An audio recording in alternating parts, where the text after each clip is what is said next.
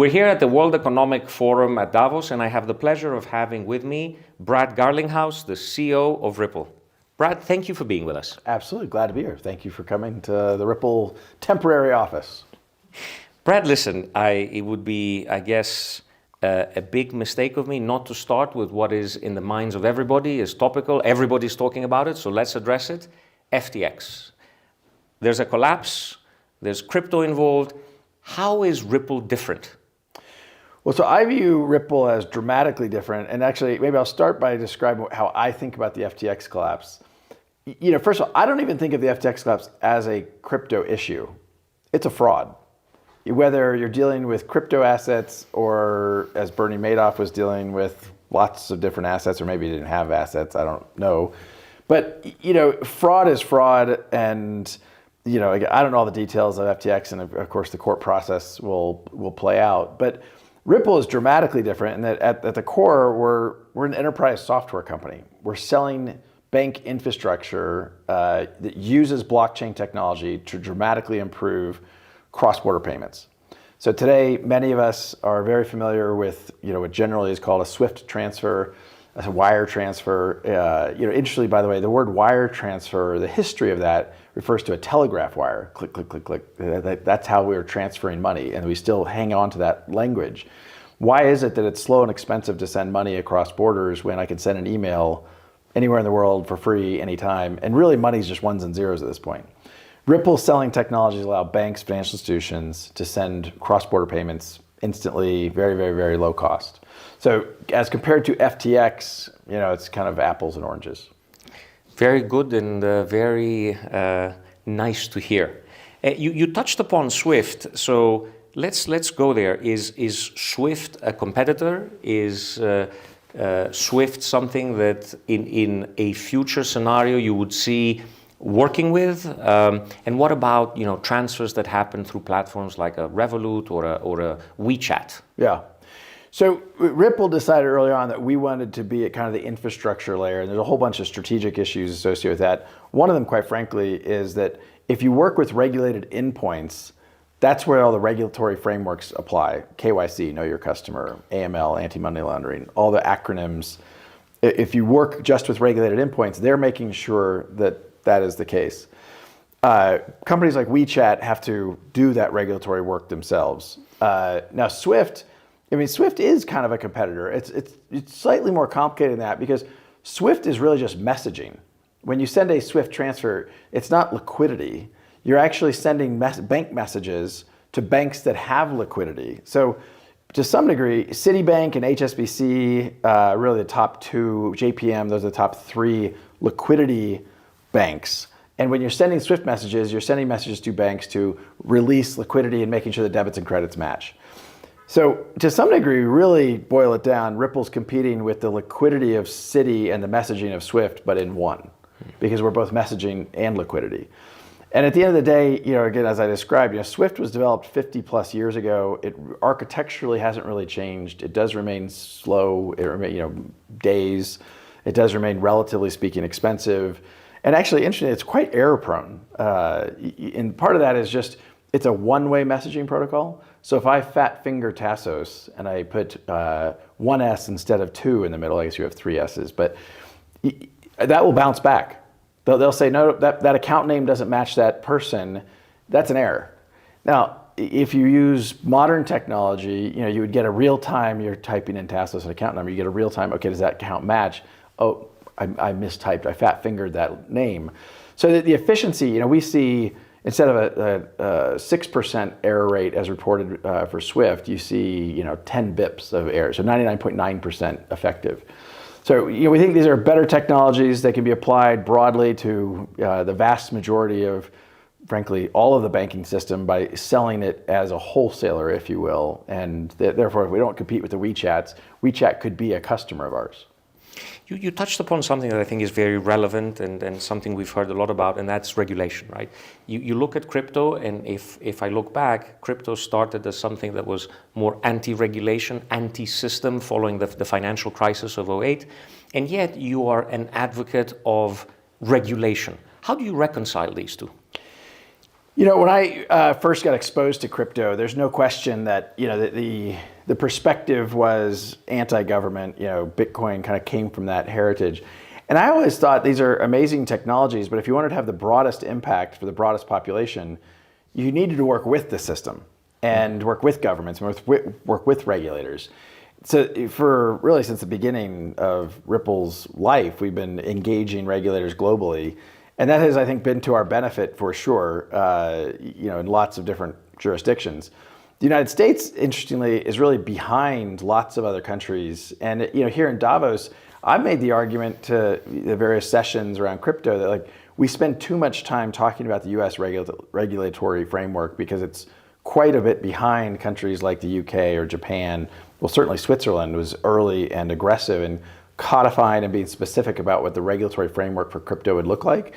And when you're clear about the framework, that allows entrepreneurs and investment capital to flow in because it reduces risk. When you don't know what that looks like, if you're an entrepreneur, one of the first pieces of advice I give people is don't start your company in the United States at this point until the rules are clear. Mm-hmm. Most crypto entrepreneurs, I find they want to follow the rules of the road, but if you don't know what the rules of the road are, that you makes make it them hard. up or you don't know where to be. Yeah, so if you operate and start, we're a very global business. If you were a Swiss company, well, you know what the Swiss regulatory frameworks look like. Even countries like the UAE and frankly even South Africa is getting ahead of the United States. Very interesting perspective. And you touched upon something, regulation. There is an issue and an open dispute between you and the SEC on your crypto coin, the XRP, whether that is a security or not. And I know that a lot of people are really waiting and really the outcome is very important. What is your take on it? Where do you stand? What do you see the issues being there? Yeah. Well, so first of all, it is very important, not just for Ripple, but really for the whole crypto industry. The U.S. is the largest economy in the world. Certainly, we want crypto to thrive as it is in other countries in the United States. The United States Securities and Exchange Commission has taken the position that Ripple's sales of XRP constitute an unregistered security sale. And it gets into this very nuanced legal definition of what is a security. We use XRP as a currency. We use it for cross-border settlement. It doesn't give you any rights or title or governance of Ripple. In fact, it's an open source technology that it's hard to think about. So if XRP is a security, it's a security of what company? Who should file the registration statement? If it's an open, should Ripple do that? The other frustrating part, two kind of just anecdotes on this. One, the only country on the planet, and we operate in 50 plus countries. The only country on the planet that has alleged that XRP is a security is the United States, which is odd when Ripple's been profitable. We pay taxes in the United States. I'm a U.S. taxpayer, and it's just kind of like, wow, this is frankly, it's the reason why we are doing more and more outside the United States, both from a hiring.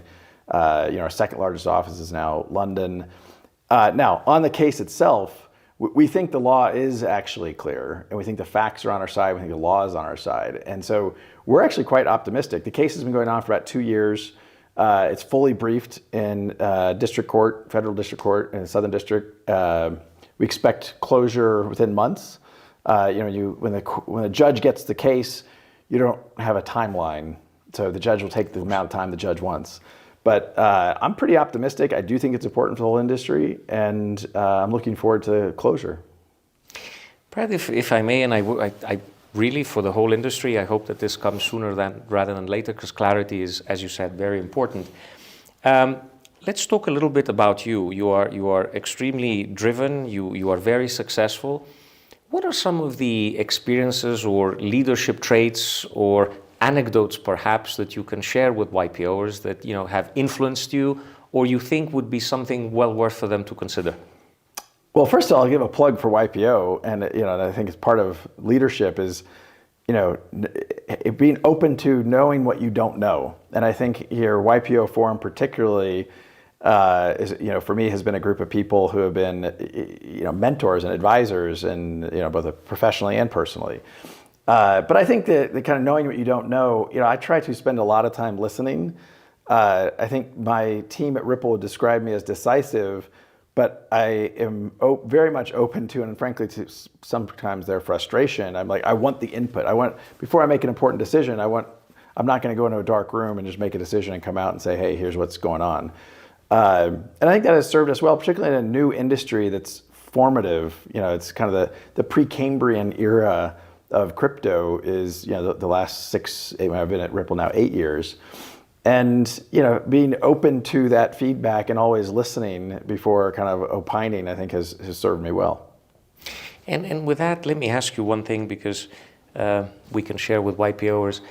Blockchain and crypto is on a lot of our minds, right? And most people, unlike you, do not have the pleasure or the time or the know-how or a business immediately related with it to get into it. Yeah. How do you think somebody can stay on top of it, can stay ahead of the curve? Or what are perhaps trends that you're seeing that YPOers should be aware of? Well, I think if you kind of zoom out, at the most macro level, the novelty of a blockchain is to allow two parties to transact without trust, but with certainty.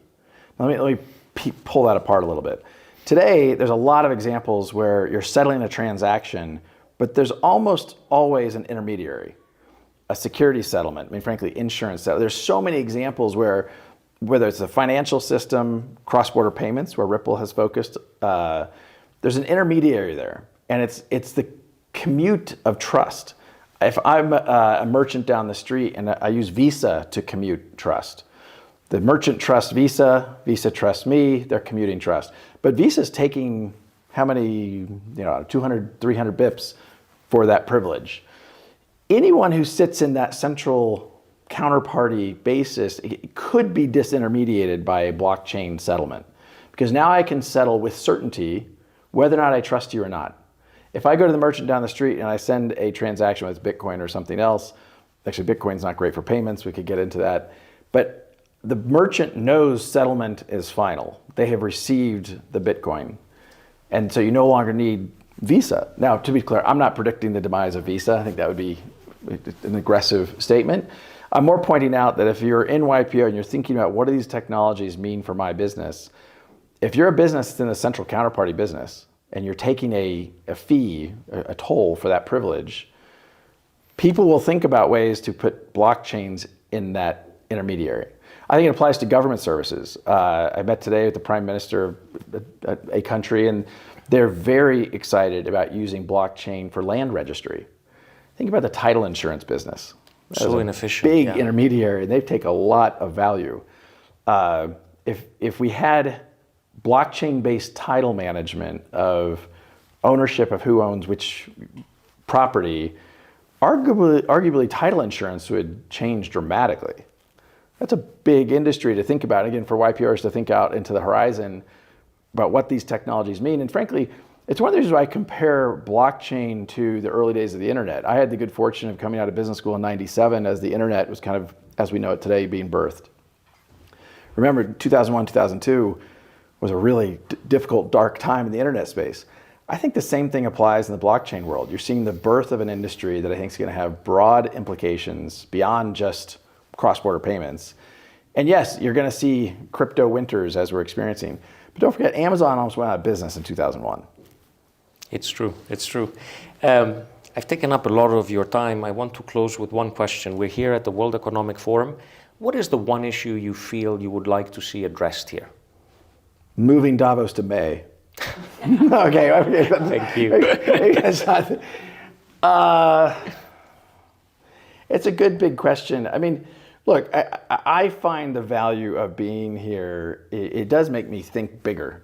I go to sessions that have nothing to do with payments, nothing to do with blockchain. And I think, I enjoy going to some of these conferences once or twice a year to kind of just change the way you think about things as a leader, as a strategist for your business.